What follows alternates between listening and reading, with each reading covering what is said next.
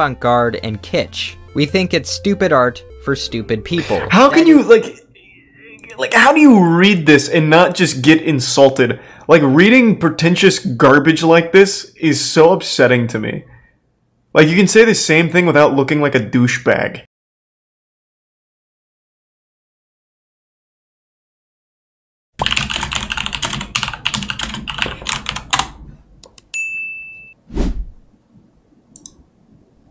These paintings make my corneas hurt. I'm ashamed that this Damien artist Hirst. lived in my former hometown. The George W. Bush of art. Worthless. They make me want to puke. They are false works. They are awful. Simply awful. It belongs in the trash. It is stupid art for stupid people. The worst paintings I've ever seen, and they will haunt me for the next half an hour. Those are all real quotes from comments, reviews, and articles concerning one artist and his work.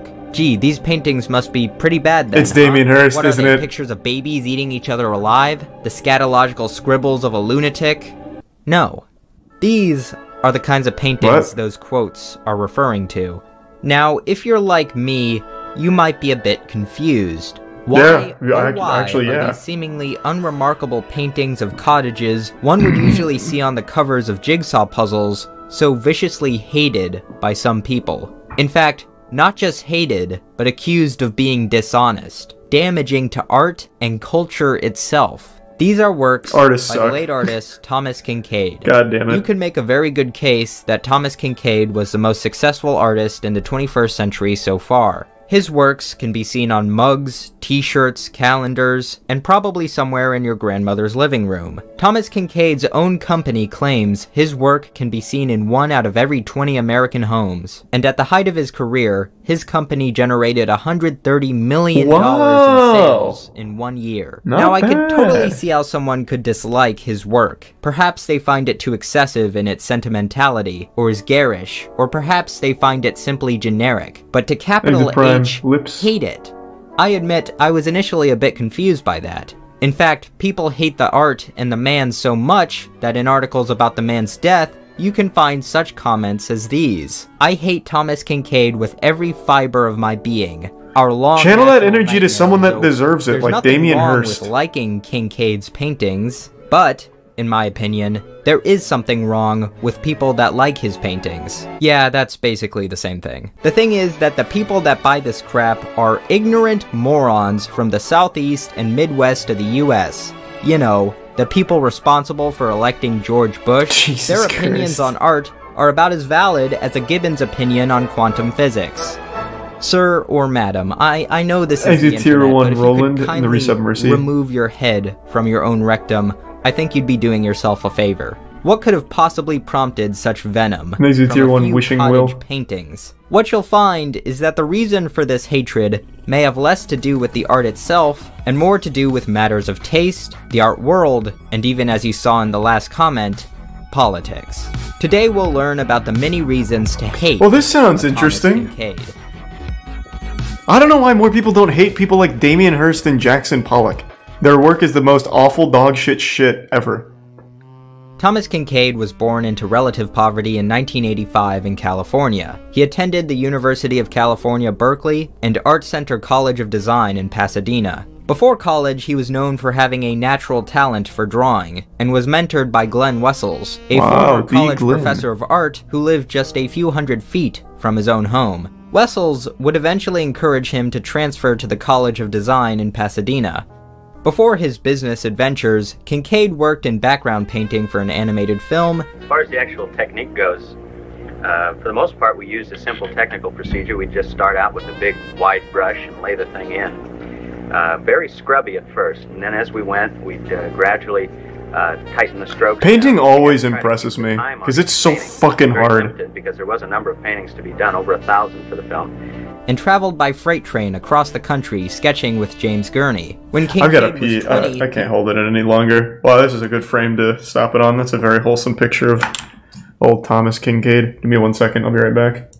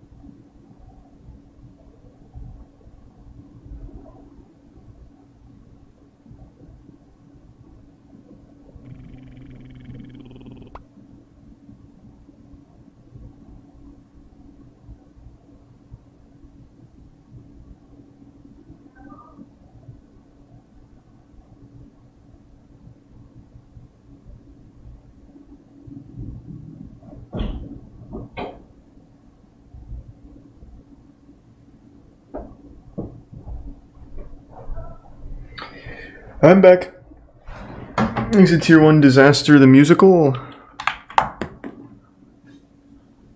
He reportedly experienced a Christian reawakening. These newfound values seeped their way into his art, which now focused on optimism, natural beauty, and inspirational settings. Kincaid was able to amass such profits from building up hundreds of Thomas Kincaid's signature galleries, which sprung up all over the country at their height and eventually spread internationally. These signature galleries sold high-quality digital reproductions, where one could have the option of having a specially trained assistant highlight the canvas-textured reproduction one was about to purchase. This highlighting consisted of the assistant adding small dots of color to give it detail and texture that was unique to that painting. That's kind of a cool idea. Were also illuminated and decorated in a way totally opposite to the sterile white environments usually seen in other galleries, creating a cozy and homely atmosphere. Kincaid excelled at building his brand throughout every aspect of the purchase. Thomas Kincaid was in the money-making business. All his art appealed to the masses, and strayed away from any negative or even ambiguous themes. He had successfully commercialized his art to an extreme extent,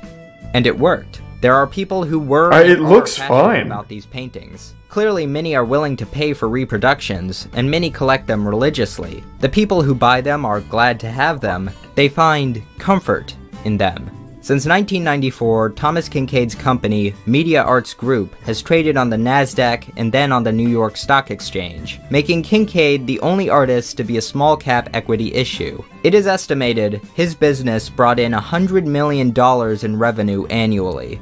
Art is always subjective. Yeah, until it comes to Damien Hirst or Jackson Pollock, then it is objectively dog shit. All this hatred as just jealousy of his spectacular success, and I'm sure that's a reason for some. For others, it certainly goes deeper than that. When you go searching for what people think of his work, you'll find a lot of negative reviews that use the word kitsch. This word appears everywhere. Kitsch, kitsch, king of kitsch. But what is kitsch? My first vague understanding of the word was something that's popular but also poor quality. The Oxford Art Dictionary attempts to define it as objects or design considered to be in poor taste because of excessive garishness or sentimentality, but that might be too narrow. According to cultural critic and philosopher Walter Benjamin, kitsch is, unlike art, a utilitarian object lacking all critical distance between object and observer. God, these people are so fucking pretentious, it hurts. It hurts. Effort. According to Sir Roger Scruton, kitsch is fake art, expressing fake emotions, whose purpose is to deceive the consumer into thinking he feels something deep and serious. Yes, unlike Jackson Pollock's work that really challenges the consumer to think about it. Just random fucking paint drippings. What was this guy's name? I want to look up what he likes. Without intellectual effort. According to Sir Roger Scruton. Roger Scruton. More like Roger Scrotum, am I right? Let's see. Roger Scruton.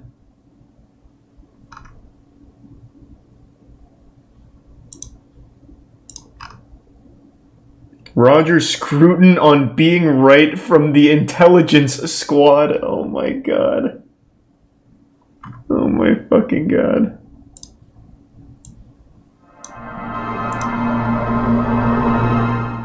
The right is what its members make it, and they make it in a different way. What I was trying to say was that we don't actually make it through these movements like momentum and so on. We're not the fist-clenching type.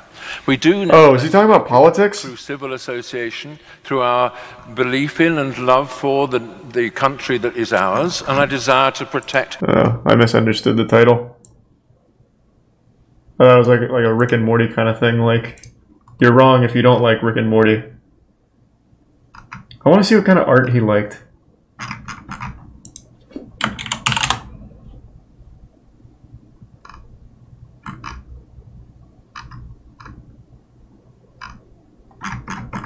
Can't really find anything about it. There's a couple articles where he talks about art he doesn't like, but that's not super helpful.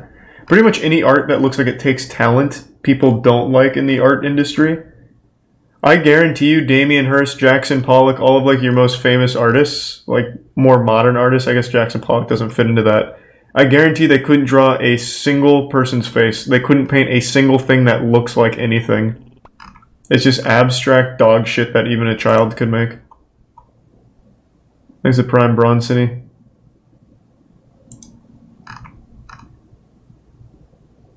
Yeah, I can't find anything on like Roger Scruton approved art.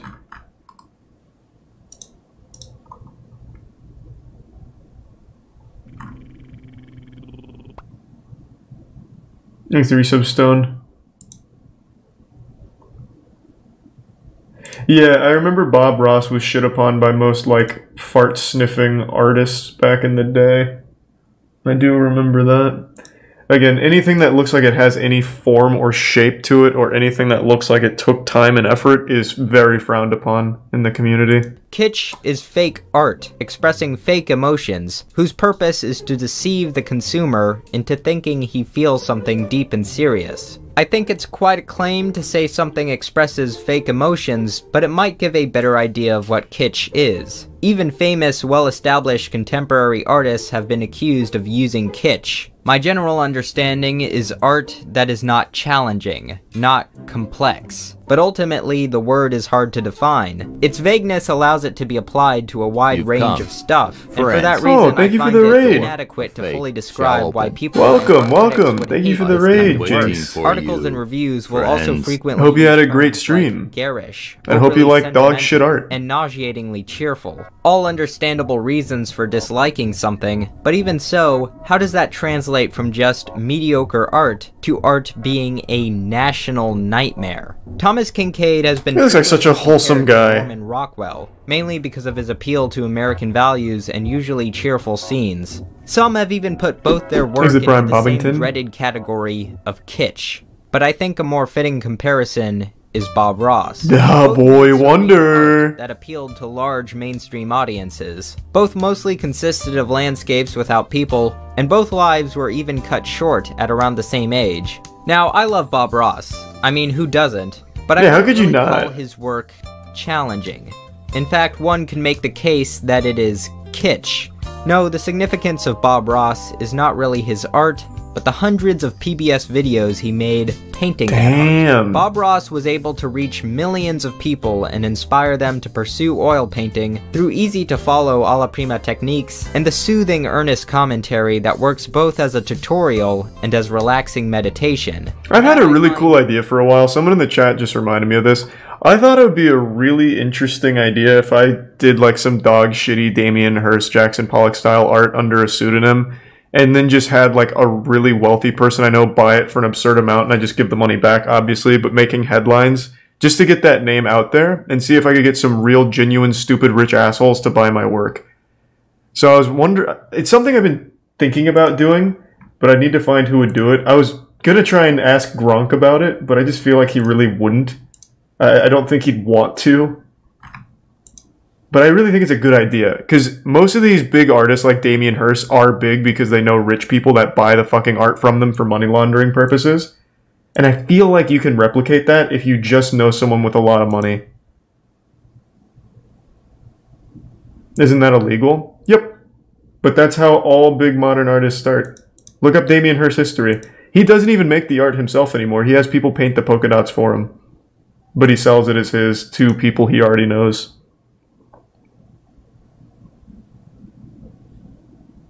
I was gonna look it up, but I don't feel like going through Damien Hirst's fucking big biography anymore. Thanks to the resub, AJ. Extremely valuable. Both Thomas Kincaid and Bob Ross sought to comfort their audiences through painting.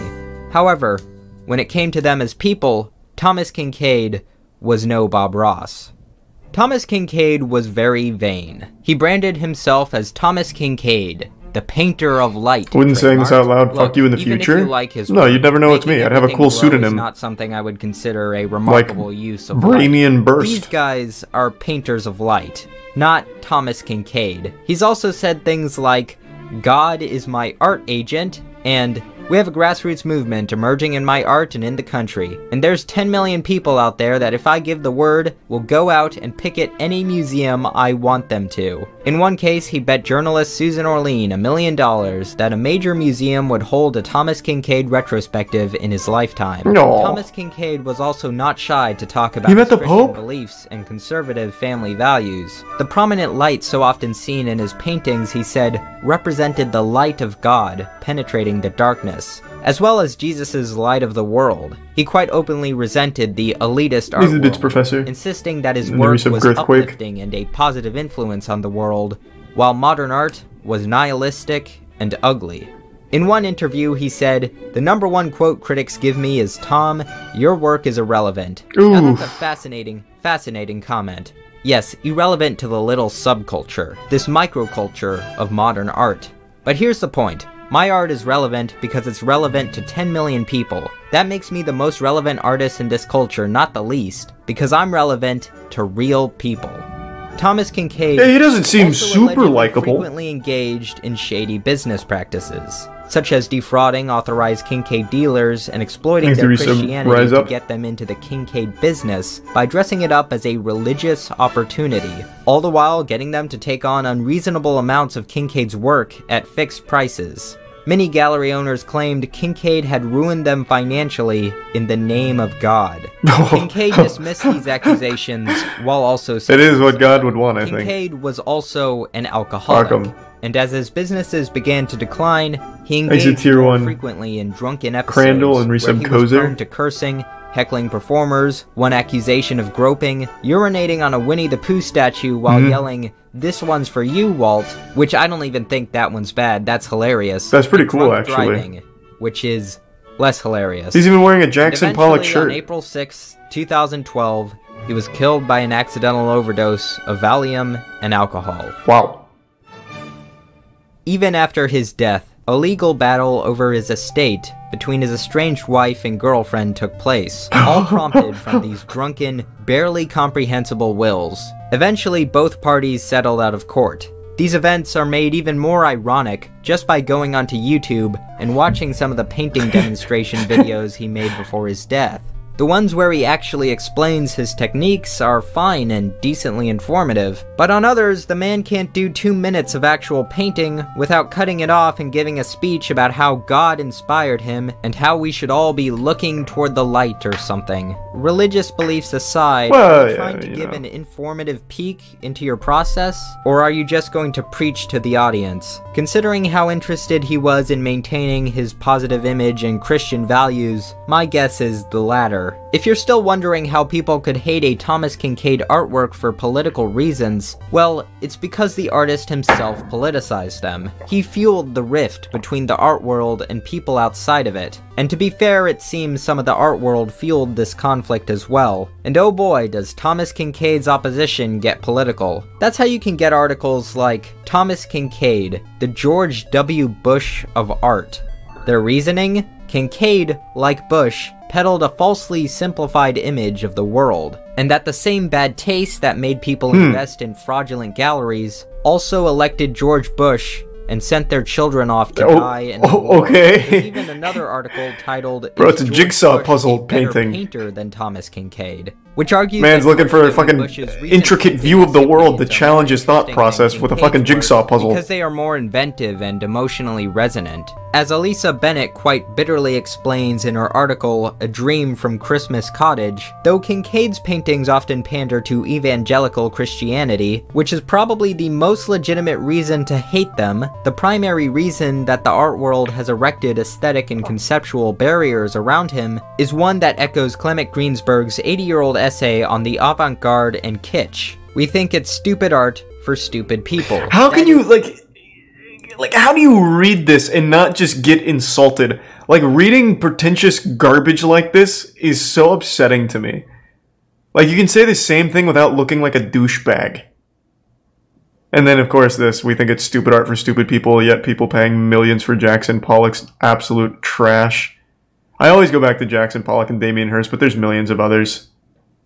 80-year-old essay on the avant-garde and kitsch. We think it's stupid art for stupid people. That is, those who are too intellectually flabby to spot the difference between the real and a charlatan's flattened approximation of it. Yes, to some, hating a Thomas Kinkade painting has political dimensions to it. But I think a slightly more charitable explanation that is less political and more merit-based comes from the art critic Jerry Saltz. The reason the art world doesn't love Kincaid isn't that it hates love, life, goodness, or God. We may be silly or soulless or whatever, but we don't automatically hate things with faith and love or that other people love. The reason the art world doesn't Drake respond album, to Kincaid he did crush it. None, it looked not good. one of his ideas about subject matter, surface, color, composition, touch, scale, form, or skill is remotely original. This might be the most succinct and clear explanation of an aspect of why some people hate his art. It was something I suspected from the beginning, but it was just never actually written down clearly until this man finally gave a beautifully specific reason. Now I agree, in fact, that they are unoriginal in those aspects. But, and I know this is like a cardinal sin according to art critics, I don't hate Kincaid's art. There are some paintings I like. Some I wouldn't mind having a print of. Quite a few I find excessive, and quite a few I find downright horrendous. But I don't hate everything he has ever painted. People often insult Kincaid's work by calling them greeting card illustrations. Well, greeting cards need illustrations, don't they? Or else they would just be white pieces of folded paper with text. Checkmate. Hate them or love them, his paintings fit that purpose. You aren't going to find academic history paintings or Basquiat art on get well soon cards. That would be tonally incongruous. But a cozy cottage?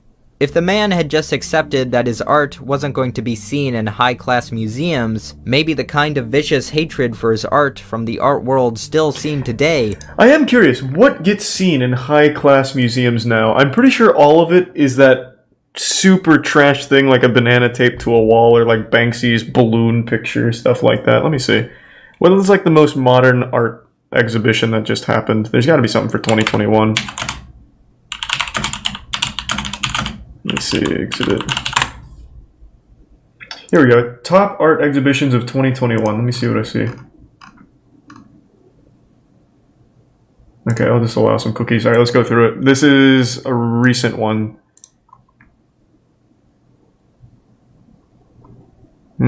That looks about right. Oh my fucking god. Oh, this isn't all just like paintings and stuff. I was looking for like paintings. This looks cool. What is this? A full Van Gogh thing? Oh, this. Oh! This. Okay. I'm looking at the wrong stuff. This is just art exhibits going on in 2021. I wanted to see art on display at an exhibit. Sorry, I see what's going on now.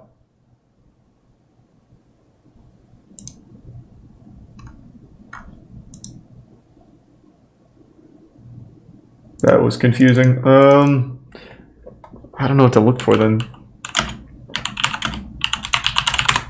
Maybe this.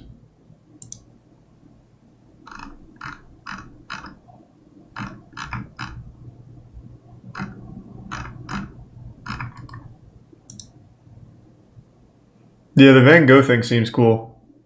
That did look cool. Oh yeah, I'll try that. Maybe just like a museum or something. Modern Art Museum of Fort Worth. Oh, here we go.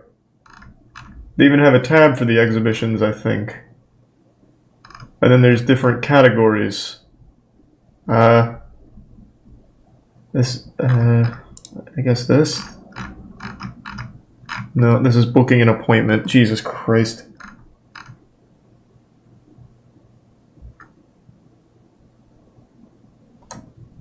Someone just tell me something. Surely someone knows the name of like some kind of art museum that I can look at what the fuck gets displayed there in like 2021.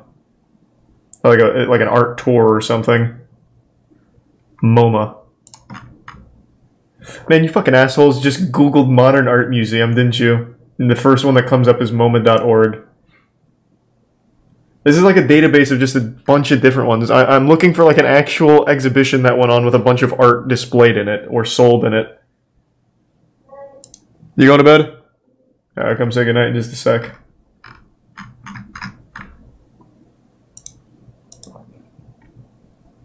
San Francisco MoMA? Okay, let's try that. Jesus.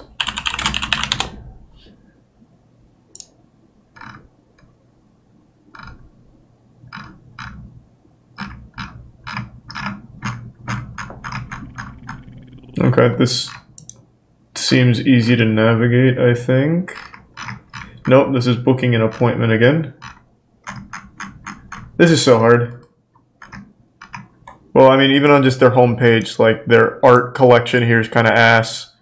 Looks like these kids did this. Looks like they vandalized an art piece, but this is apparently the piece that's on display. Like, this is the cool art, I guess.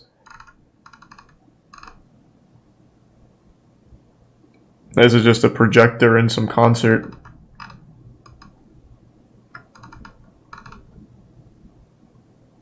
That is thought-provoking.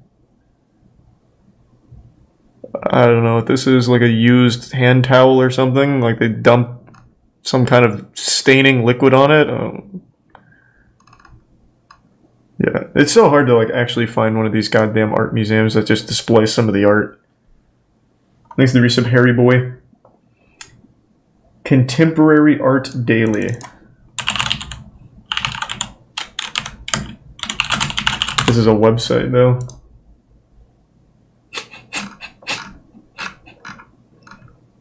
Okay, this is pretty fucking goofy. This isn't really what I was looking for. Oh my god, this is pretty goofy though. Okay, here. It's pretty cool. Very nice. That did come out very good. Wowee.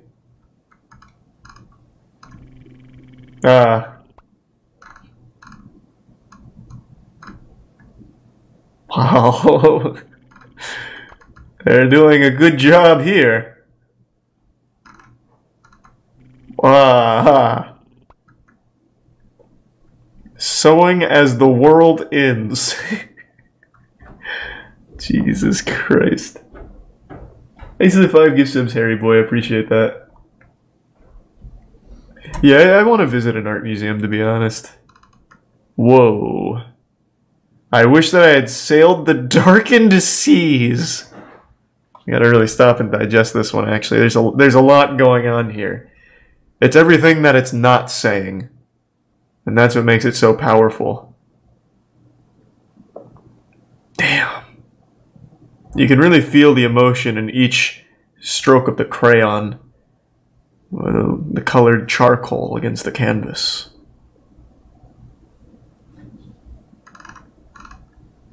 Wow. I didn't ask your opinion. Flags for countries that don't exist, but bodies that do.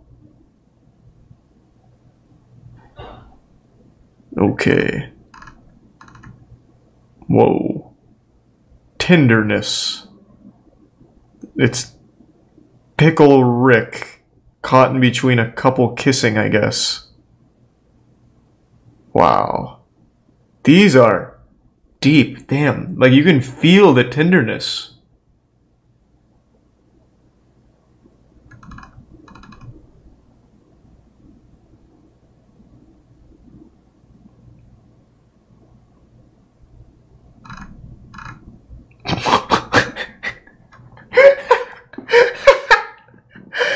Yeah, this pretty much sums up most art exhibits, I imagine. Here's some canvases that there's like some scribbles on it somewhere in there. I don't know, just hang it up, put like 50 grand on it. Someone's gonna buy it. Wow, this looks fun. That does look good. Fuck, it really makes you think. This is like when Squidward went to that place to be all alone. But this is like much more pretentious and like insulting. Damn. This shit really does speak to the soul. Exit tier 1 ping juice in the bits kill command.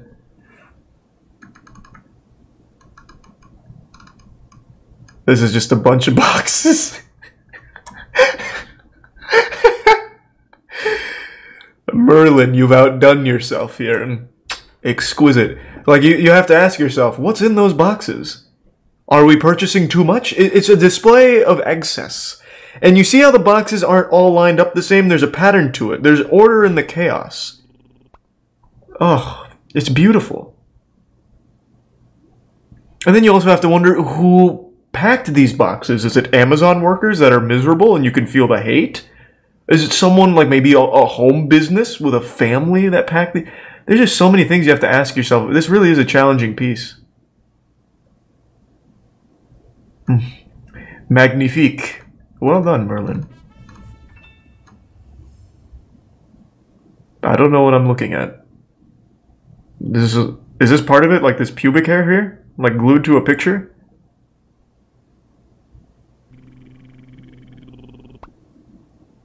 I don't know what that is. I don't know what is this evidence in like a crime scene or something? I don't understand. It's a melting seal?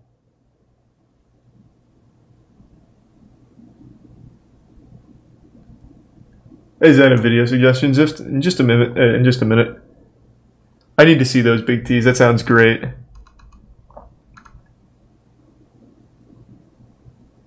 What the fuck? They drew the hands like I draw hands when playing Scribble. Jesus Christ. Oh my god. No sun. They actually just bought a shower curtain, a couple of them. You have to wonder, what's on the other side of the curtain?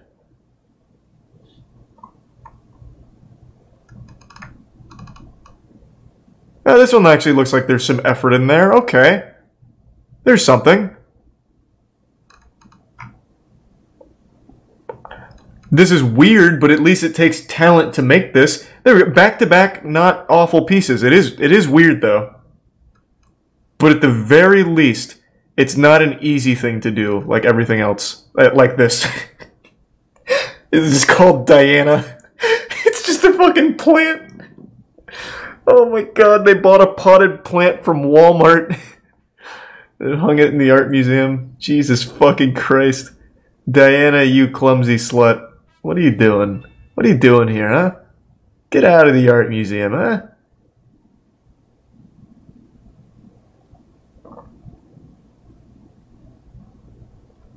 This is so fucking interesting to me. It's just an old gun that they came on, I guess. I don't know.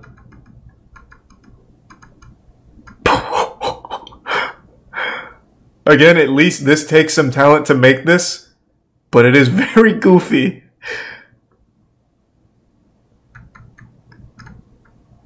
Ah, here we go. Speaking of talent, hey look, here's some empty pieces of paper. With some orange.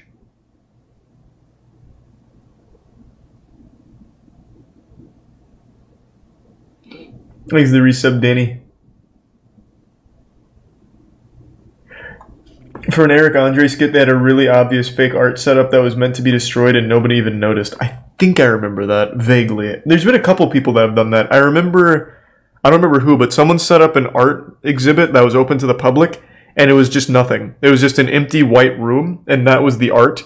And people went in there and were taking pictures and losing their mind over it.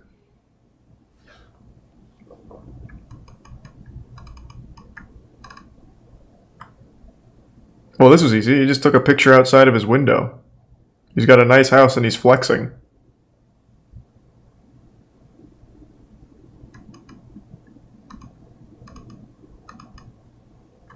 This is so interesting to me. Holy shit. Okay, I'm gonna be scrolling for fucking hours if I keep going. We'll go back to the videos. Jesus Christ. Art, like modern art, is one of the most bafflingly outrageous things to me. And the thing is, I never see anyone defend it. I literally never see anybody online defend it that isn't also laundering money with art themselves. Like, it blows my fucking mind. Nowhere on the internet do I see anyone like, no, Charlie, actually, Damien Hirst's pieces are pretty thought-provoking. Those pills kind of changed my life when I saw it. Nobody says that. But like the pretentious, weird art world where everyone's super rich and dumb, defends it. I'm gonna go say goodnight to Tiana real quick. I'll be right back. And thanks to the resub super.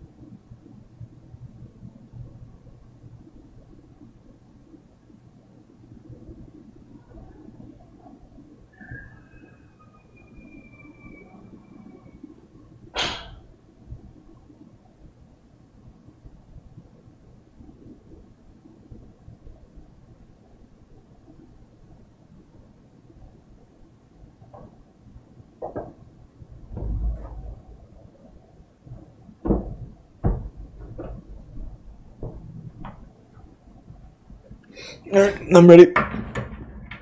Thanks for resub gold, Gregory.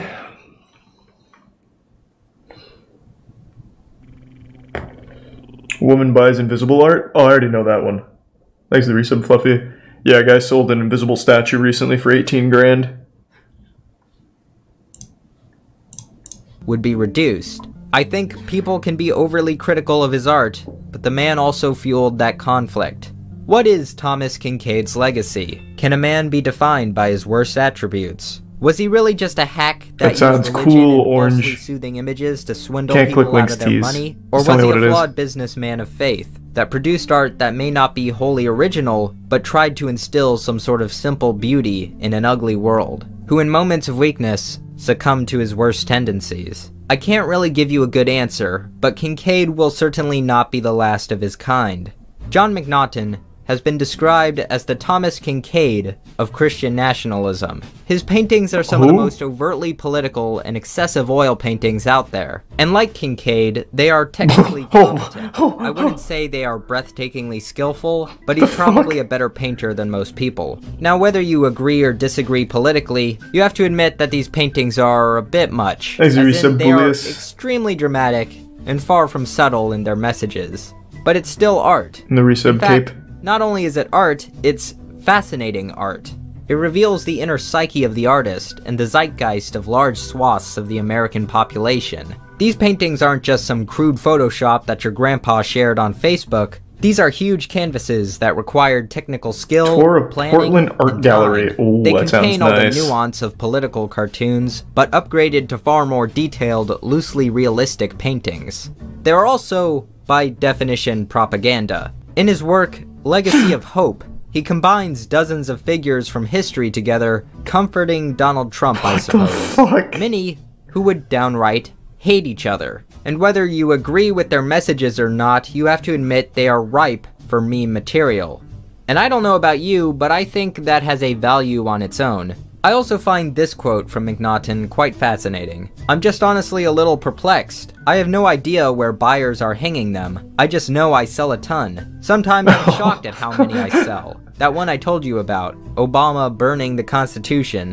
When I painted it, I worried, this thing is just hideous. Why would anybody hang that in their living room? It's not," he says, "the kind of warm, happy work people typically want in their homes." This is where McNaughton and Kincaid diverge. McNaughton does not seem to be as interested in making money, and at least appears to have some self-awareness that his work will likely not be accepted as high art. However, McNaughton may be a sign of something greater. Maybe Kincaid will eventually win his museum bet. But not in his lifetime. In some bizarre twist of fate, museums of the future may display his work in the context of the beginning of a movement of populist conservative art. They may be seen as not aesthetically or emotionally significant, but historically significant. And who knows, maybe the tides of the art world will change and Thomas Kincaid's work will be seen in a new respectable light. I have my doubts, but art critics have been wrong before.